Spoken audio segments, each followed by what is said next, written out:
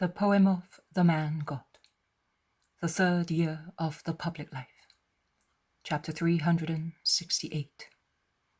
The Thursday before Passover. Instructions to the Apostles. 25th of January, 1946.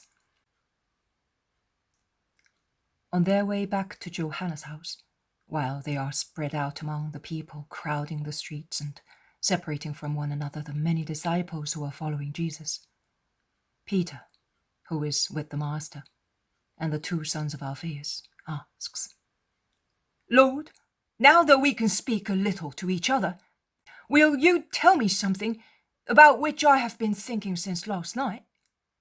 "Of course, Simon. Tell me, and I will answer you." "Since last night, I have been thinking of the great grace that you grant John at Antigonia. You know, it's really a great grace, something unique, granted to him only, and yet Syntyche also deserves as much. And there are many good people who would deserve to see you, but they only see you when they are close to you. For instance, what comfort it would have been to us when you sent us out into the world, and there have been times when a word of yours would have cleared up doubtful points for us, but you never appeared to us. Why this difference?" In conclusion, my dear Simon, are you perhaps a little jealous? "No, but... well, I would like to know 3 things. Why is it granted to John of Endor? Whether it is granted to him only? And whether one day it shall happen to us as well, for instance to me, to see you miraculously, and be informed by you how I should behave?" And this is my reply.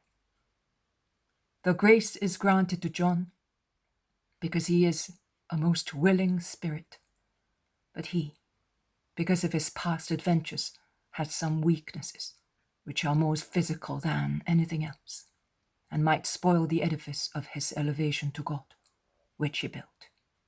See, my dear friend, our past, which has been upon us for a long time like a deeply rooted crust, not only cuts indelible signs, but leaves also everlasting inclinations in every man.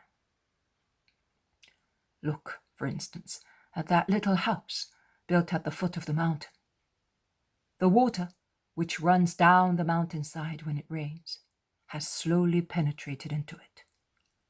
At present, there is warm sunshine which will last for months, but the mold that has penetrated the mortar will always be present like blotches of leprosy.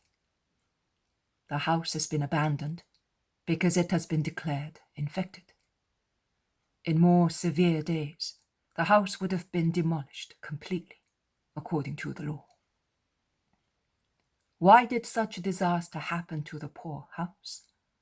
Because its owners did not have little ditches dug around it to prevent water from stagnating at its foundations, and to keep away from the side facing the mountain the water descending from it. The house is now not only ugly looking, but it is also undermined by dampness. If a man with good will saw to those expedients and then cleaned it, scraping the walls and replacing the infected bricks with new ones, it could be used once again, but it would always be affected by such weaknesses that in the event of an earthquake, it would be the first to collapse. John was penetrated for years by the poisonous evil of the world. Through his willpower, he had cut off from his soul when it became alive again.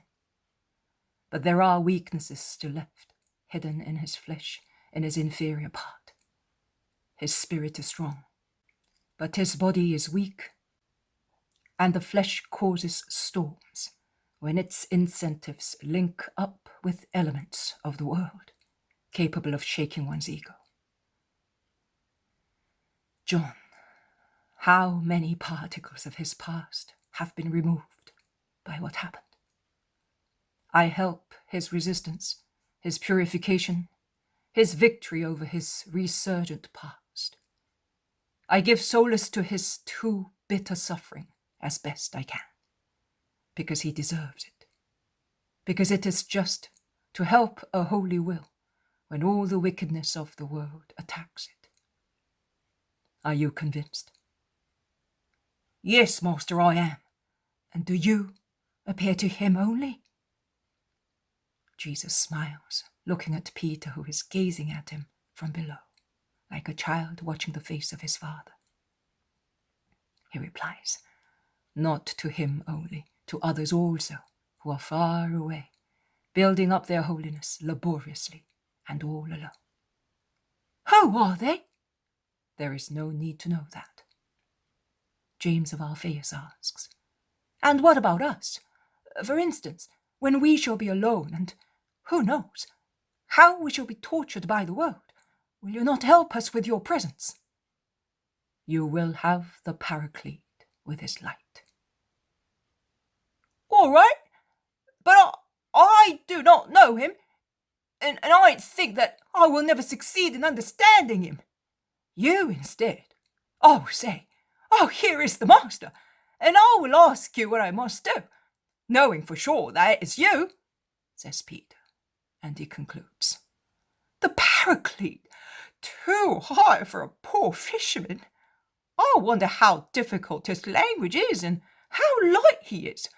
A passing whiff. Who will perceive it? I need a violent shaking, a shout, so that, blockheaded as I am, I may awake and understand. But if you appear to me, I will see you. So, promise me, nay, promise us, promise that you will appear to us too, but as you are, in flesh and blood, so that one may see you well and hear you better. And if I come to reproach you, it does not matter.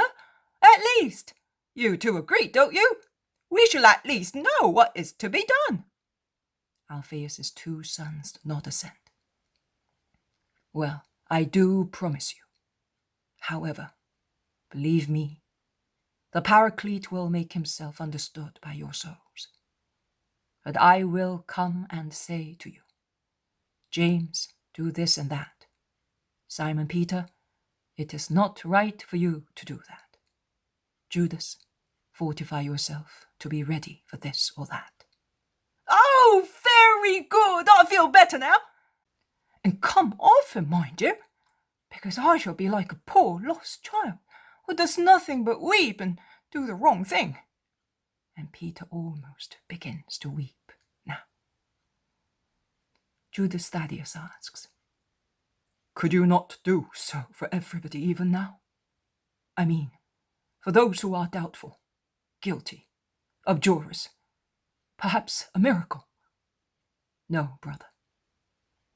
A miracle does a lot of good, particularly that kind of miracle, when it is granted at the right time and in the right place, to people who are not mischievously guilty. When, instead, it is granted to people mischievously guilty, it increases their guilt because it increases their pride. They mistake the gift of God for weakness of God, as if God implored such proud people to allow him to love them. They consider the gift of God the result of their great merits. They say, God humbles himself before me because I am holy. Then the ruin is complete. The ruin of Mark of Josiah, for instance, and of other people with him. Woe to those who take that satanic road. The gift of God changes in them into poison of Satan. To be blessed with unusual gifts is the greatest and safest test of the degree of elevation and holy will in man. Very often, man becomes humanly exhilarated with them, and from spiritual, he becomes entirely human. He then descends lower and becomes a demon.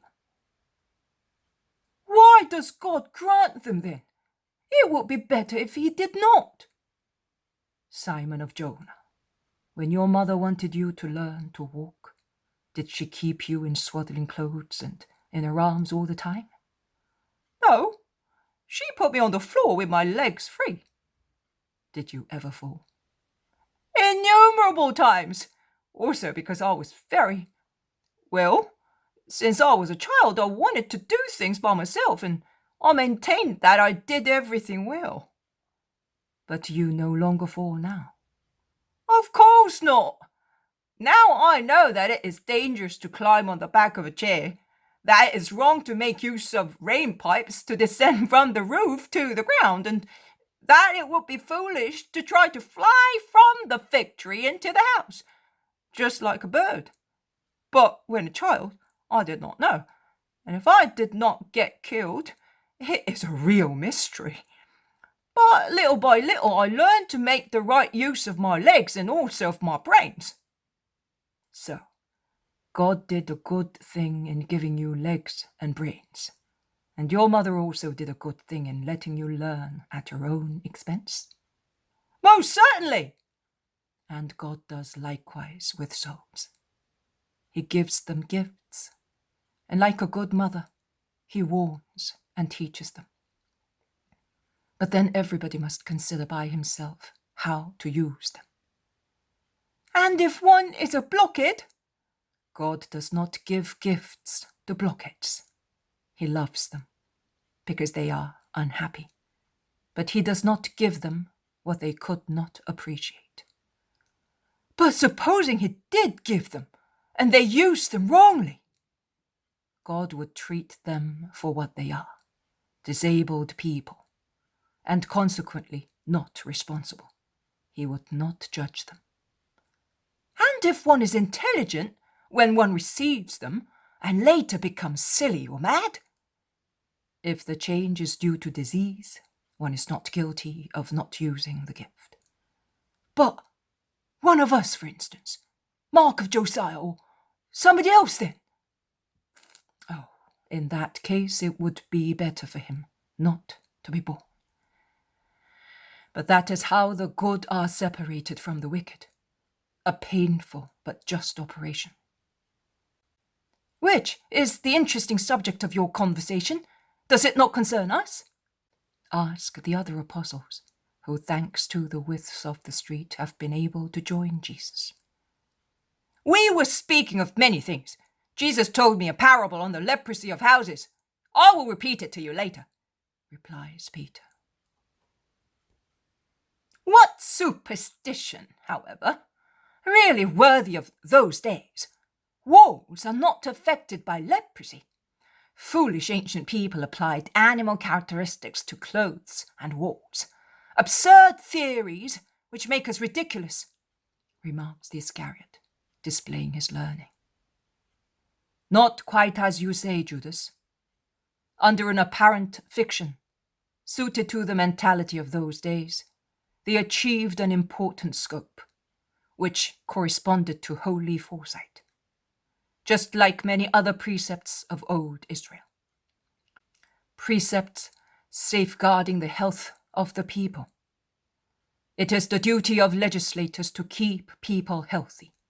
It honors and serves God, because people are creatures of God. Therefore, they are not to be neglected, as we do not neglect animals and plants. It is true that the houses that are called leprous do not have the physical disease of leprosy, but they have position and construction faults, which make them unhealthy and are revealed by stains called leprosy of the walls. In the long run, they are not only unhealthy for man, but they become dangerous because they can easily fall. Thus, the law prescribes what is right and orders the houses to be abandoned and restored, and even to be pulled down, if after being repaired they still show signs of the disease. Oh, what harm can a little dampness do? It can be dried with braziers. Then the dampness will not show exteriorly, and the deception is greater. The dampness will grow in depth and corrode, and one fine day the house collapses, burying those who are in it.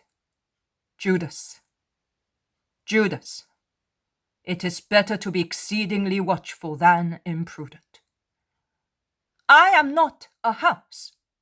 You are the house of your soul. Do not let evil filter into your house and crush it to pieces. Watch over the safety of your soul. You must all be watchful. I will watch, Master. But tell me the truth. Have my mother's words made a deep impression on you? She is ill. She imagines things. I must have her treated. Cure her for me, Master. I will comfort her. But you are the only one who can cure her, relieving her anxiety. She is anxious about nothing. Believe me, Lord. Better so, Judas. Better so. But try to remove her anxiety completely through a more and more just behavior. If it is there must be a reason for it. Cancel the very memory of it, and your mother and I will bless you. Master, are you afraid that I should come to terms with Mark of Josiah? I am afraid of nothing. Oh, good. Because I was really trying to convince him, and I think it was my duty to do so. No one does it, but I am zealous for souls. I really am. Be careful that no harm befalls you, says Peter, good-naturedly. What do you mean? Asks Judas aggressively. Just this. To handle what is burning, you must use something which is fireproof. What? In our case? What? Great holiness. And I have none, have I? Neither you nor I, nor anyone among us. So we might burn ourselves and be left with scorch marks. So, who will take care of souls? The Master, for the time being. Later, when we have the means to do so, according to his promise, we will. But I want to do so now. One never works too early for the Lord. Yes, I think that you are right. But the first work for the Lord is to be done within ourselves. To go preaching holiness to other people before preaching it to ourselves is, you are selfish. Not at all. Yes, you are. No, I'm not. The dispute begins. Jesus intervenes. Most of what Peter says is right. There is also some truth in what you say, because preaching is to be based on facts.